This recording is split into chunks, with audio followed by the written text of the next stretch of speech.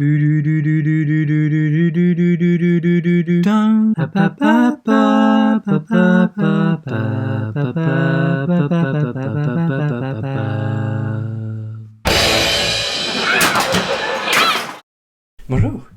bienvenue dans ce deuxième épisode de Sitcom. Salut, ici Thibaut, c'est mes lectures. Et oui, les lettres ne marchent pas. C'est pas grave, ça me fait rigoler. J'ai beaucoup de choses à vous présenter aujourd'hui, donc ne perdons pas masse de temps à introduire ce que c'est. C'est un update lecture, je vais vous parler de mes lectures. Surtout que je voulais le faire début mars, et nous sommes le 17, donc bon. On va fermer les yeux sur les plans et... et les projets. Je vais commencer par les graphiques. J'ai fini Gideon Falls. J'ai lu les deux derniers, je crois que j'en ai un peu parlé par-ci par-là dans les différentes vidéos, mais j'ai pas mal aimé. J'ai été un petit peu déçu par la fin parce que dans ces livres-là, dans ces œuvres qui se veulent extrêmement étranges, extrêmement déconnectées un peu de notre réalité, soit ils font le choix à fond de nous déboussoler complètement, ce que fait un peu par exemple Jeff Vandermeer avec Annihilation. Je trouve que là avec Gideon Falls, ils ont un petit peu trop voulu ramener toute l'histoire dans quelque chose de un peu cohérent, etc. Ce qui le force un petit peu à utiliser des poncifs un peu attendus. Mais sans ça, j'ai beaucoup aimé. Donc si vous avez envie d'une saga de 5 tomes qui est à la fois horrifique, intrigante et plutôt intéressante au niveau visuel, franchement, lancez-vous. Je vais vous les faire dans la suite, même si je les ai lus un peu en décalé. J'ai lu donc les deux derniers tomes du deuxième cycle des 5 terres. Tomber vraiment et la première à mourir. C'est toujours une citation de la BD, le titre. Donc c'est tout un petit jeu de retrouver où est-ce qu'elle est citée. C'était évidemment très bien. J'étais un peu moins convaincu par le deuxième cycle. Et en fait, la fin du deuxième cycle, les guys... La hype, oh là là là là, c'était vraiment bien. En fait, j'avais du mal à trouver le lien entre les deux cycles au début. Et vous inquiétez pas, ils sont reliés. Non, c'est vraiment bien, je vais pas vous parler 40 000 ans encore des 5 terres. J'ai pris pas mal de temps pour le faire dans ma vidéo recommandation de graphique. Donc n'hésitez pas à aller la voir, tout simplement. Rapidement, donc on suit dans un monde de fantasy qui s'appelle les 5 terres, 5 peuples différents qui sont représentés par des animaux différents. Donc on a les singes, les lions, etc. qui vont essayer en gros de se battre pour le pouvoir. C'est très Game of Thrones. Et c'est génial, moi j'adore. Ok, ensuite, j'ai un abandon, chose qui ne serait pas forcément arrivée auparavant, mais maintenant j'essaye de m'arrêter quand ça ne me plaît pas. Il s'agit de Monstress, le tome 1. Comment vous dire ça, donc, de ce que je sais, puisque je n'ai pas fini la BD, c'est un comics où on suit une nana qui a l'air de faire partie des monstres de ce monde, qui sont des sortes d'esprits, enfin j'ai pas trop cerné, mais en gros il y a deux peuplades, entre guillemets, les gens normaux et les monstres, mais les monstres sont pas forcément monstrueux. Enfin elle ressemble à une personne normale, et elle se fait kidnapper, elle s'enfuit. Honnêtement, en fait, je me faisais chier. Enfin, je vais pas essayer de vous raconter l'histoire. Si jamais le dessin vous intrigue, vous pouvez aller regarder le résumé parce que je serais très mauvais pour le résumé. J'ai vraiment pas aimé parce que je m'ennuyais. En fait, ça ne m'intéressait pas. L'intrigue était pas suffisamment intrigante, lol. Donc poubelle en fait. Hein. Voilà. Ensuite, on continue avec Zone Fantôme, le tome 1 de Junji Ito. Je sais plus quand j'ai lu le tome 2, mais j'ai commencé par le tome 2. Enfin, c'est juste une série de nouvelles, donc en fait, je sais pas pourquoi il précise qu'il y a plusieurs tomes. Et je ne sais pas pourquoi, mais je pense que ce n'est pas le meilleur que ce qu'a fait Junji Ito. Si vous connaissez un peu cet auteur de manga, mettez-moi vos opinions dans les commentaires de ce que je devrais lire. J'ai essayé Spiral, ça m'a un peu traumatisé, donc peut-être pas celui-là. En fait, c'est des nouvelles qui sont sympas, mais à chaque fois je me dis, ok, bon... Voilà. Le tome 1 est mieux que le tome 2, clairement. Ça, pour le coup, le tome 2, je m'étais vraiment dit, oula, c'est ça, l'auteur plébiscité par tout le monde. Donc, ouais, j'ai pas trouvé ça incroyable. Il y en a une ou deux que j'ai trouvé plus sympa que d'autres. Mais dans l'ensemble, c'était assez... Donc, voilà. Ensuite, ça, pour le coup, c'est vraiment un coup de cœur. J'ai vraiment adoré. Et j'en ai un petit peu parlé dans, pareil, ma vidéo recommandation de graphique, parce que c'était tellement bien que je me suis dit, ah bah, faut que je le rajoute à cette série. C'est Ce n'est pas toi que j'attendais. J'ai du mal.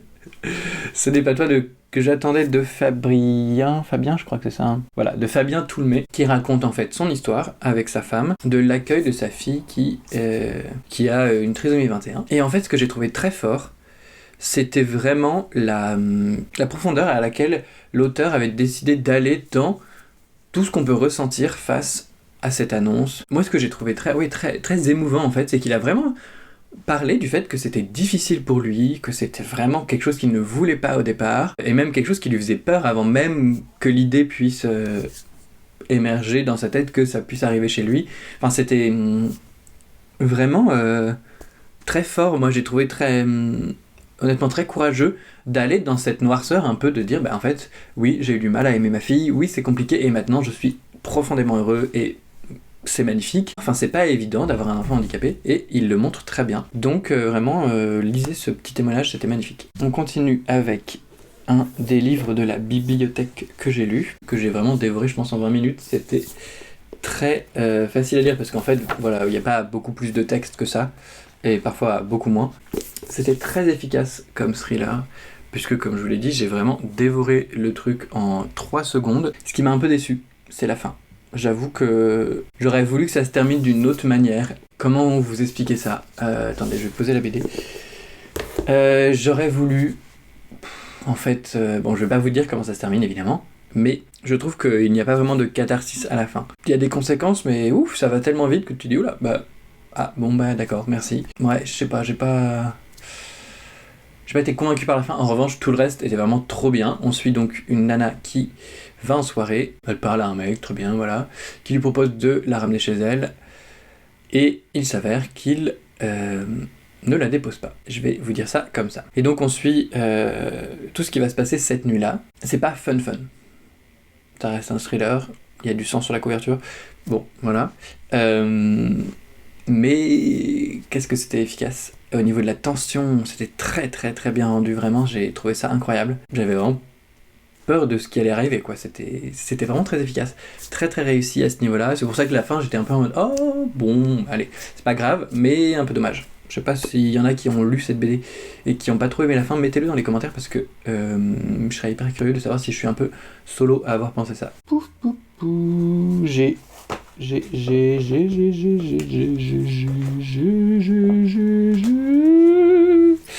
lu les 2 premiers tomes de plus tôt, et j'ai pas encore continué pour une raison qui m'échappe, parce que j'ai trouvé ça très sympa. Peut-être parce que le rythme est un petit peu lent pour le moment. Donc on suit ce personnage-là, qui est donc un enquêteur pour... alors ça s'appelle Europol, mais je crois que c'est l'équivalent d'Interpol, quoi. Ça se passe dans un futur assez lointain, dans le monde d'Astro Boy, qui est d'ailleurs représenté sur cette couverture, que je connais pas du tout comme univers, mais on connaît un peu le personnage. Où, il y a plein de robots partout, évidemment, et il s'avère que quelqu'un est en train de tuer les robots les plus stylés de la planète, dont ces 2 robots font partie. Donc il y a un peu ce côté course contre la montre, et c'est une marche pour le moment. Parce que je trouve que le rythme n'est pas hyper prenant, mais j'ai envie de continuer. Enfin, c'est pas en mode je m'arrête là, etc. Surtout qu'il n'y a pas 45 tomes, donc c'est vraiment faisable. Ok, c'était efficace. Nous voilà à la fin des graphiques. Voilà tout ce que j'ai lu. J'en ai pas lu beaucoup, parce que je sais pas pourquoi, j'en lis moins en fait en ce moment. Ma théorie, c'est que, comme je me suis dit, cette année, tu lis tes livres que tu as acheté, du coup quand je lis, je me dis il faut que je lise mes livres puisqu'il faut que j'avance. C'est ma théorie. Parce que c'est vrai que l'année dernière je les démontais, quoi. Je prenais vraiment 20 graphiques et pouf, en un mois ensuite, voilà. Bref, on s'en fout. Nous allons poursuivre avec les romans. Et je ne sais pas pourquoi je roule les R. Oh my god. Je les ai évidemment mis super loin, et rappelons cette histoire. Pour ceux qui auraient oublié, de faux contacts, donc je suis toujours en mode crispé, il faut pas que je bouge trop, sinon le micro va se déconnecter. Ok, tout ça pour ça. On va commencer avec le début, à savoir, nous étions en février, et en février je devais relire un livre avec le challenge Nick tes peurs. Et j'ai donc fait la relecture de Elana tome 1 et Elana tome 2 dans ces super éditions avec des petits bonus que je vous recommande parce que ils ajoutent vraiment à l'univers et à la pensée de Pierre Bottero. Et là on arrive un peu à mon épreuve puisque je vais devoir vous parler de ces livres alors que c'est assez indicible l'effet qu'ils ont sur moi. Dès les premières pages d'Elana, je me suis dit... j'étais déjà encore en train de vibrer en mode « Oh mon Dieu, c'est incroyable ». En fait, j'aimerais juste vous dire « Oh, je retrouve mon enfance, c'est super ». Sauf qu'en fait, oui, je dirais qu'il y a 10% de ça. 90%, c'est à quel point cet auteur a réussi à planter la plume de son crayon en plein dans mon crâne. Et je sais pas, il m'a cerné, quoi. Et je n'ai jamais retrouvé dans aucun autre livre l'émotion que me fait vivre la lecture d'Elana, quoi. Et la l'envol, c'est deux livres qui vont vraiment l'un avec l'autre, qui s'attaquent à vraiment plein de problématiques différentes. C'est trop bien. Bon, un petit résumé peut-être s'impose. On suit donc Elana, qui est un personnage des autres trilogies de Pierre Bottero. La quête des Willan et les mondes des Willan, c'est quand même assez connu. Hein. Si vous ne connaissez pas, limite, n'écoutez même pas ce résumé, ne finissez même pas cette vidéo, c'est pour dire. Allez juste lire ce qu'a fait Pierre Bottero. Donc, on suit Elana, qui est donc un personnage, comme je le disais, des trilogies, et on la suit en fait donc de sa petite enfance au début du tome 1 à après les trilogies de la quête et des mondes des Willan dans le tome 3, et donc en fait la fin du tome 2 correspond au moment où elle rencontre donc Ewillan et toute sa troupe. Ah, qu'est-ce que c'était bien. D'abord, parlons de la prose de Pierre Bottero, qui est vraiment pas de la prose en fait, c'est de la poésie. Moi je trouve ça sublime, je trouve ça extrêmement recherché au niveau du rythme, extrêmement recherché au niveau des termes, et qu'est-ce que ça marche pour moi au niveau esthétique, c'est vraiment sublime je trouve. Ensuite, les personnages sont toujours aussi exceptionnels d'un point de vue d'écriture, d'un point de vue humain, d'un point de vue émotionnel. C'est vraiment incroyable. En fait, on suit vraiment Elana progresser, quoi. Progresser en tant que personne, progresser en tant que marche-ombre, progresser en tant que femme. C'est incroyable. Je sais pas comment Pierre Bottero a pu écrire des femmes aussi bien, mais moi je me dis, mais... Enfin, vous me direz, les femmes dans les commentaires, mais je trouve que c'est incroyable avoir ça enfant comme personnage féminin dans des livres, alors que bon bah, aujourd'hui peut-être qu'on en écrit des un peu mieux parce qu'on est poussé par les mouvements féministes, etc. à faire mieux justement qu'avant, mais Pierre Bottero c'était déjà incroyable en fait à l'époque, hein. Et c'est quoi, c'est 2006 ce truc ? Allez, 2006, je suis vraiment un fan. Je vous assure, ça m'émeut à une profondeur. C'était incroyable, j'étais tellement heureux de les relire. Je sais pas pourquoi j'avais peur de ne pas aimer. Probablement parce que j'aime autant à chaque fois. C'est vraiment incroyable. Je ne peux que vous recommander de lire Elana, de lire toutes les trilogies de Pierre Bottero, parce qu'il y a une vraie progression dans sa manière de parler à la jeunesse qui s'adresse en fait à tout le monde. C'est incroyable. Je vous assure, en fait, ça là, c'est pas de la jeunesse, c'est du tout âge. J'en retire à chaque fois des nouvelles idées, des nouvelles choses qui viennent me parler. Là où j'en suis dans ma vie, en fait, c'est assez incroyable quand même. Et à chaque fois, je me dis, ah tiens, ça me parle, alors qu'avant ça me parlait un peu moins, ça je comprends mieux. Moi, je trouve ça exceptionnel et limite magique, à quel point il a réussi à vraiment disséminer dans son livre des choses pour tous les âges. C'est un chef-d'œuvre, c'est exceptionnel, et je vais m'arrêter là de chanter des louanges de ce livre parce que sinon on n'est pas couché. Et on continue avec un livre où je vais chanter beaucoup moins les louanges. Pourtant, il y a du chant, c'est les chants de Nying d'Émilie Kerbalek. Je vais vous dire tout de suite ce qui a été problématique pour moi dans ce livre, et c'est cette couverture, et c'est cette 4e de couverture. Pour moi, il y a un problème fondamental de marketing. Je vais vous dire ce que j'attendais en voyant cette couverture et en lisant cette 4e de couverture. Je me suis dit, trop bien, ça va se passer un peu sous l'eau. Il va y avoir des scènes sous-marines. Moi, j'adore. Je sais pas si vous connaissez le jeu Subnautica. Bon, bah, c'est un des jeux que je préfère parce que je suis fasciné par les fonds marins. C'est quelque chose que j'adore. Et donc, quand j'ai vu cette couverture, j'ai fait, ok, let's go. Je vais pas vous lire tout de suite la 4e de couverture parce que je veux faire un exercice où je vais la réécrire. Mais derrière, ça parle de premier contact, en gros, avec les aliens. Donc moi je me dis, ok, sous-marin, il va y avoir un contact sur une autre planète avec une espèce alien sous-marine. Enfin, je veux dire, ça paraît pas absurde quand on voit ça comme ça. Je sais pas, hein, peut-être que vous allez me dire, si c'est absurde. Mais moi, ça me paraissait pas absurde. Et pour vous dire, on passe une page sous l'eau dans le prologue, qui dure 2 pages, donc bon, c'est pas non plus énorme.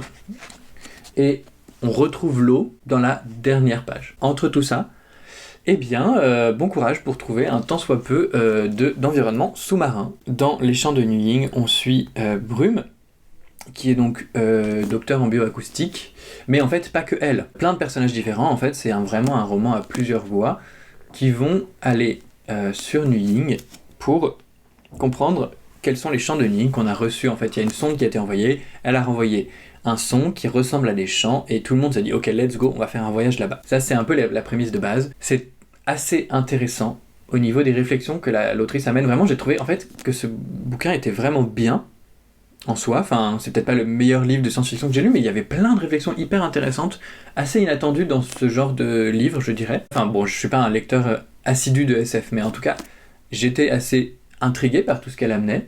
Juste, toute ma lecture, j'étais en train de me dire quand est-ce qu'on est sous l'eau. Et du coup, ça me saoulait parce qu'en fait, je me disais mais je ne profite pas du reste du livre. Donc, je vais vous faire cet exercice. Je vais d'abord vous lire la 4e de couverture, et ensuite je vais vous lire ce que moi je pense qu'elle aurait dû être. J'ai écrit un petit texte, je me suis fait chier quand même. Okay. La planète Nying, située à 24 années-lumière du système solaire, partage de nombreux traits avec la Terre d'il y a 3 milliards d'années. On y trouve de l'eau à l'état liquide, son activité volcanique est importante, ses fonds marins sont parcourus de failles et comportent quantité de sources hydrothermales. Elle possède une magnétosphère et une atmosphère dense, protectrice. Tout cela en fait une bonne candidate pour héberger la vie. La sonde Mariner a transmis des enregistrements sonores de Nying, des chants qui évoquent par analogie ceux des baleines. Quand elle était enfant, Brume a entendu cet appel. Désormais adulte, spécialisée dans le domaine de la bioacoustique marine, elle s'apprête à participer à la plus grande aventure dans laquelle se soit jamais lancée l'humanité, rejoindre Nying au terme d'un voyage spatial de 27 années. Que va-t-elle découvrir là-bas ? Une civilisation extraterrestre ? Ou une remise en cause totale de ses certitudes ? Et je vous continue avec la suite parce que pour moi c'est important. Émilie Kerbalek signe avec les Chants de Nying un ambitieux roman de premier contact, comme la science-fiction de langue française en a, de fait, proposé assez peu au cours de son histoire. Cette œuvre ample qui brasse tous les enjeux de demain, de l'écologie à la sauvegarde informatique de la conscience humaine, ne manque pas d'évoquer les utopies d'Ursula K. Le Guin et les vertigineuses visions spéculatives de Kim Stanley Robinson. Ok, donc là je vous ai lu tout ce qui avait marqué là.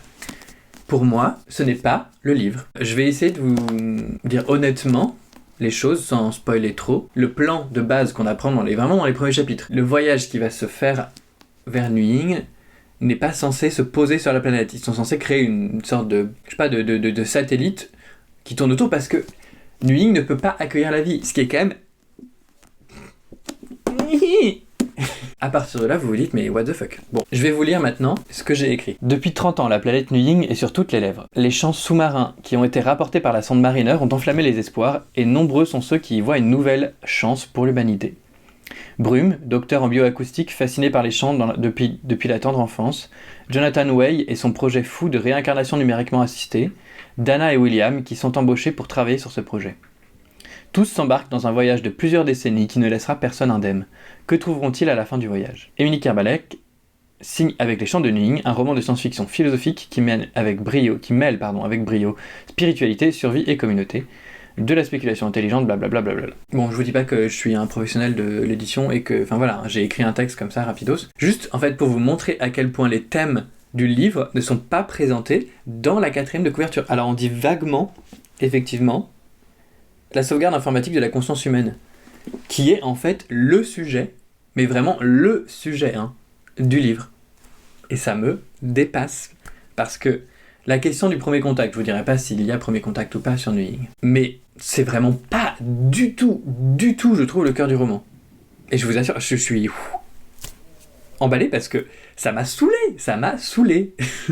En fait, toute l'histoire tient autour de la réincarnation numériquement assistée, dont on entend parler dans le premier chapitre, et qui va faire vraiment, je dirais, jusqu'à les 2/3 du roman tournent autour de ça. Il y a une sorte de puzzle où la première partie est très spécifique, la deuxième c'est limite un autre genre littéraire, mais vraiment la deuxième partie pour le coup j'étais en mode oh ok, parce que je commençais à être un peu lassé de la première partie assez introductive, et la deuxième, bam, commence à être beaucoup plus rythmée, beaucoup plus intrigante, en mode oula, qu'est-ce qui se passe ? On change complètement de rythme, on change complètement, vraiment, moi j'ai trouvé qu'on changeait les limites de genre littéraire. Et ensuite, la troisième partie est encore un autre style, avec des réflexions qui sont du coup très autres par rapport aux réflexions de la première partie.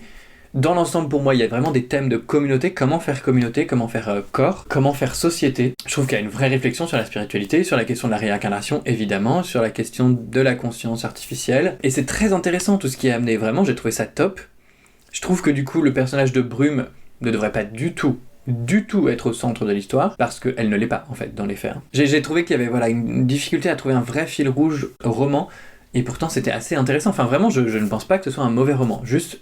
J'ai été particulièrement perturbé dans ma lecture, donc forcément, ça a été une expérience plutôt désagréable. Mais il y avait vraiment de très bonnes idées. Du coup, j'ai vraiment envie de lire le premier roman de l'autrice qui est... le premier roman, je ne sais pas en fait si c'est ton premier, mais en tout cas un autre roman qui est Quitter les monts d'automne. Parce que vraiment, j'ai aimé ses réflexions, ses idées et dans l'ensemble ses personnages. Bon voilà, ok, j'arrête de parler de ce livre. Si avec tout ça je vous ai un peu intrigué, vraiment lisez-le parce que je trouve qu'il vaut quand même le détour. Juste ayez des attentes ajustées qui ne sont pas, pour moi, présentées par le livre. Voilà. Ok, donc maintenant que j'ai parlé pendant 45 minutes de ce foutu livre, je vais passer à un autre coup de cœur incroyable, mais c'était attendu, puisqu'il s'agit de Fleabag, The Scriptures, qui est en fait le scénario de la série. J'ai adoré la série, donc évidemment j'allais aimer. Ce que j'ai trouvé particulièrement intéressant, c'est que la série va assez vite, dans ses blagues, dans son rythme, dans son humour, dans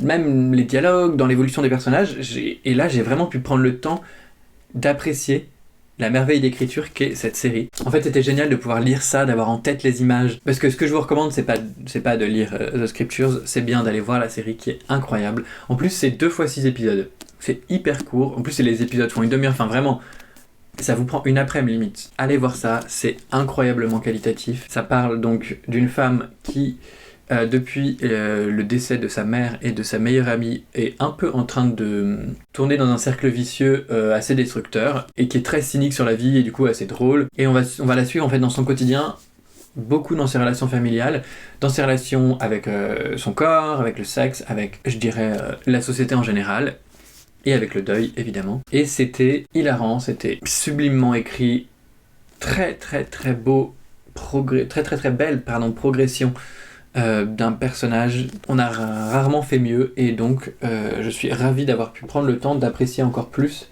cette histoire. J'ai lu ensuite Demain les chiens de Clifford D. Simak. C'est Mathilde du Faucon littéraire qui en avait parlé un jour. Je sais même plus dans quelle vidéo, je sais même plus si elle disait qu'elle allait le lire ou qu'elle l'avait lu. Je me souviens juste de m'être dit ça m'intrigue, et donc je l'avais acheté. Et pour vous dire, j'ai envie de faire une vidéo dédiée à ce livre. Donc il y a quelque chose qui s'est passé. Dans Demain les chiens, je vous explique le principe.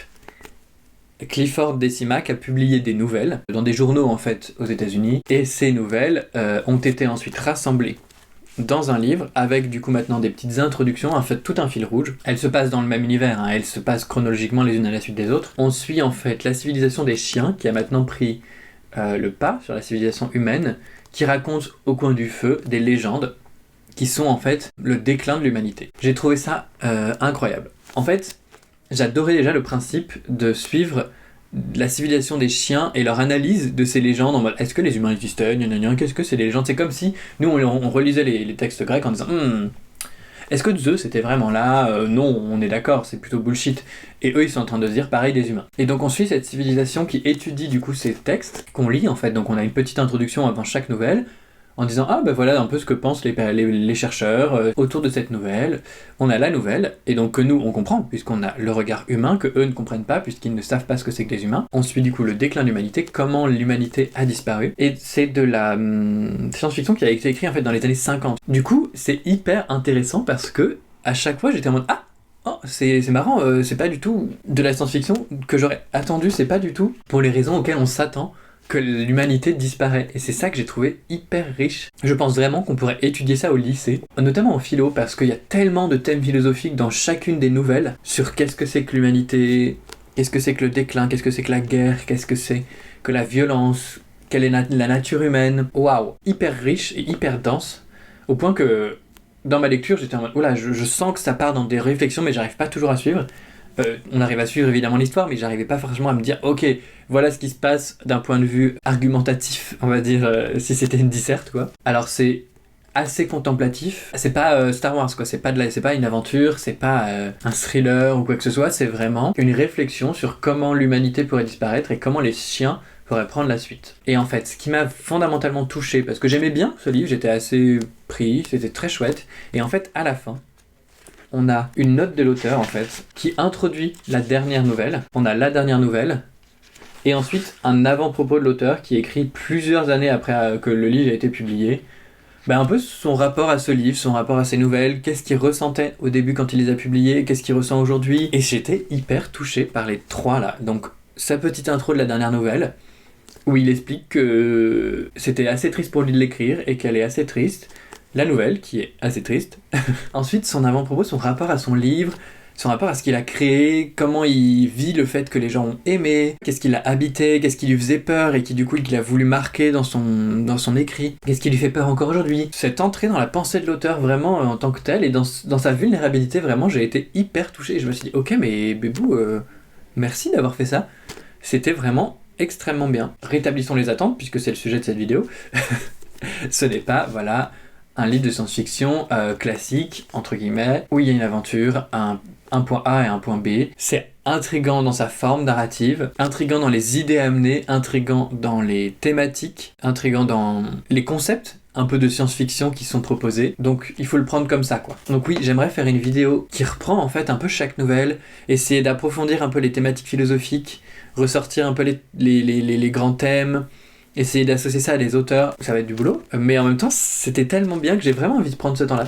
Donc peut-être pas tout de suite sur ma chaîne, mais voilà, gardez-la en tête cette idée. En tout cas, je vais la garder en tête surtout. Ensuite, un livre de la Queen, Clémentine Beauvais. Et non, ce n'est pas Flowfly, certes, qui en a parlé dans ses dernières vidéos, qui m'a inspiré, mais c'est bien Clara qui me l'a offert. Merci Clara, c'était vraiment chouette. Donc comment jouir de la lecture dans cette petite collection Halt, c'est vraiment très court, hein, donc ça se lit en un trajet de métro. On suit rien en fait. Clémentine Beauvais nous parle de la lecture,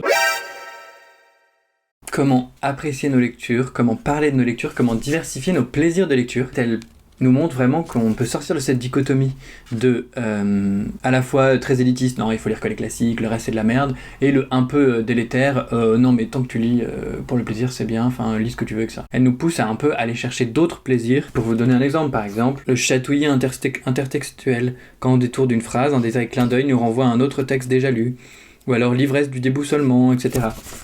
Donc tous ces différents plaisirs qu'on peut avoir dans la lecture, et qui sont en fait tout aussi importants, j'ai envie de dire, et qui nous permettent de vraiment aller diversifier nos styles de lecture. Donc vraiment une très chouette petite piqûre de rappel qui donne envie de continuer à lire et de continuer à en parler et à partager dessus. Et on termine cette update lecture avec une note un peu triste pour moi, puisqu'il s'agit d'un livre d'une autrice dont j'ai adoré le premier livre, qui est d'ailleurs juste ici, Intérieur Nuit, je vous en parlerai tout à l'heure.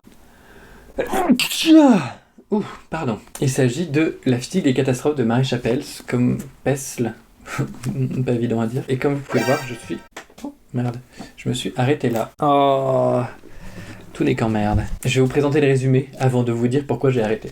Donc on suit Bleu, qui est la fille d'un universitaire dont la mère est morte, et depuis leur relation est très fusionnelle et ils voyagent tous les deux ensemble, puisque donc ce père passe d'une université à une autre tous les 3 mois, etc. Et donc elle change d'école aussi de la même manière. Et donc il l'éduque énormément, donc elle a une culture immense. Son père va décider de se poser pour sa dernière année d'études, sa dernière année de lycée. Et là, elle découvre une prof qu'elle va vraiment, qui va la fasciner, et elle va rejoindre une espèce de groupe, un peu le cercle des poètes disparus, j'ai envie de dire, autour de cette prof, qui un jour décède. Et on va suivre l'enquête. Et je dis ça sans savoir si c'est vraiment ce qui se passe, puisque à la page 246 sur... Allez, 810, eh bien, non seulement la personne n'est toujours pas morte, mais je ne sais pas quand est-ce qu'elle va mourir. On a déjà mis 150 pages à arriver à son apparition dans le livre, et donc là vous vous dites, ok, il a pas aimé parce que c'est lent, etc. Non, ça peut être lent et je peux apprécier. C'est vrai que là, j'ai mis 1 semaine à lire tout ça, ce qui n'est pas mon rythme habituel, et en fait, le problème pour moi de ce livre, c'est que c'est beaucoup trop dense. Dans l'écriture, en fait, c'est insupportable à lire. C'est étouffant, quoi. C'est comme une grosse plâtrée de purée vraiment étouffe chrétien ou de la mélasse, enfin quelque chose qui est vraiment trop à digérer, j'ai envie de dire. L'autrice a fait le choix d'un style narratif où le personnage raconte ses mémoires, ou enfin, il y a quelque chose d'une forme de non-fiction, comme si elle écrivait une thèse ou quelque chose comme ça, un récit un peu académique, qui peut être sympa comme style narratif. J'aime bien justement ces originalités un peu comme ça. Surtout que j'avais vu qu'il y avait genre un quiz à la fin, enfin, et j'étais en mode ah ok, trop rigolo comme manière de faire, etc. Et en fait, le problème, c'est que du coup, c'est imbuvable. Alors que c'est bien, c'est plutôt bien écrit dans l'idée, c'est plutôt intriguant, les personnages sont là, enfin, je suis genre... tout pourrait marcher, juste ce style narratif est insupportable, et du coup, j'en ai ras le fion. Je vais vous lire, pour vous donner un exemple de ce que c'est, je vais vous lire voilà, un petit bout. L'angoisse, le malheur, l'affliction, la culpabilité, la sensation d'être ridicule et pitoyable, tout ce qui faisait le pain quotidien des temps jadis et des Russes a tristement perdu de son pouvoir en cette époque moderne où tout évolue à la vitesse de la lumière. Il suffit de consulter l'édition 2002 des statistiques des comparaisons parlantes entre les époques, chapitre Deuil de R. Stanbury. On y apprend que se sentir brisé, misérable, triste et désespéré n'est plus à la mode. D'ailleurs, de tels sentiments archaïques seront bientôt redécouverts avec joie, un peu comme le jitterbug, le jazz ou la java.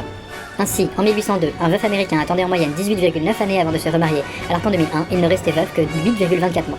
Et dans l'aperçu par état, on constate que cette moyenne chute même à 3,6 mois en Californie. Bien entendu, papa mettait un point d'honneur à lutter contre cette anesthésie culturelle, ce repassage des sentiments humains qui ne laisse qu'une surface lisse sans le moindre faux pli. Et il s'était arrangé pour faire de moi une personne perspicace et sensible, capable de différencier même tous les aspects les plus banals, le bon du mauvais, ainsi que chaque nuance séparant ses deux extrêmes. Bon, et encore ce n'est pas du tout le passage le plus lourd. Elle passe sa vie à citer des œuvres culturelles dont j'ai jamais entendu parler. Bon, passe encore, ça c'est l'occasion de me cultiver, d'aller justement trouver ce plaisir intertextuel de Clémentine Beauvais, là. Sauf que c'est constant. Il y a toujours des citations entre parenthèses, etc. Et en fait, j'en ai marre. Donc je m'arrête là, je fais une pause en tout cas, parce que j'aimerais bien aimer, et peut-être que je reprendrai un jour, mais c'est too much. Vraiment, je n'ai pas réussi à avancer plus loin que ça, et elle est toujours pas morte. Enfin, quand est-ce que l'enquête va commencer? Enfin bon, merde quoi. Zut, en flûte, grand en chier.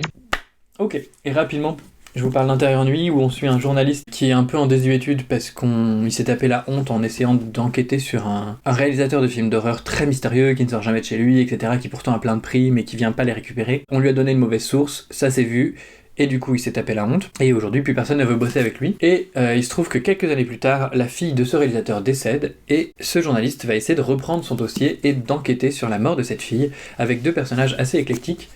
Et qu'est-ce que c'était bien. Oh là là, j'ai vraiment adoré l'enquête, le mystère, qui flirte parfois avec le surnaturel et on sait jamais trop, etc. Il y a des passages avec des sites comme ça, je sais pas si vous voyez bien, mais voilà, avec des morceaux de mail, parfois des morceaux de dossiers. J'adore ce mélange des formats, enfin c'était trop bien. Alors attention, ça c'est pas un thriller pur et dur, ça se veut une réflexion. Du coup, il n'y a pas une réponse très nette et précise à la fin. Il y a une réponse, mais c'est pas aussi A plus B qu'on le souhaiterait, comme dans un policier, etc. Mais c'était vraiment super, j'ai vraiment beaucoup aimé et je vous le recommande beaucoup. Et c'est pour ça que j'étais aussi triste que ça ne marche pas avec la physique des catastrophes. Voilà pour mes lectures de ces grosso modo 2 mois. Vraiment, j'ai trop envie qu'on discute là dans les commentaires. Est-ce que vous avez lu... la physique des catastrophes, est-ce que vous avez aimé et est-ce qu'il faut que je continue? Est-ce que vous avez lu Les Chants de Nuying? Est-ce que vous êtes d'accord avec moi? Est-ce que vous avez lu Demain les chiens? Qu'est-ce que vous pensez un peu de toutes ces réflexions-là? Est-ce que vous avez aimé Fleabag? Sinon, allez voir Fleabag. Bref, faites-moi un peu vos avis dans les commentaires. Je serais trop content de les lire et d'échanger avec vous sur ces livres. En attendant, merci d'avoir regardé cette vidéo. Merci d'avoir regardé jusqu'au bout parce que je pense que j'ai parlé assez longtemps. On se retrouve avec plaisir dans la prochaine vidéo. On se retrouvera aussi dans le prochain épisode de Sitcom où je pense que je vais essayer de cumuler bilan du Shining Spring Challenge et Update Lecture. Donc on va faire tout dans la même vidéo. En attendant, merci. À bientôt. Bonne lecture. Et puis bye!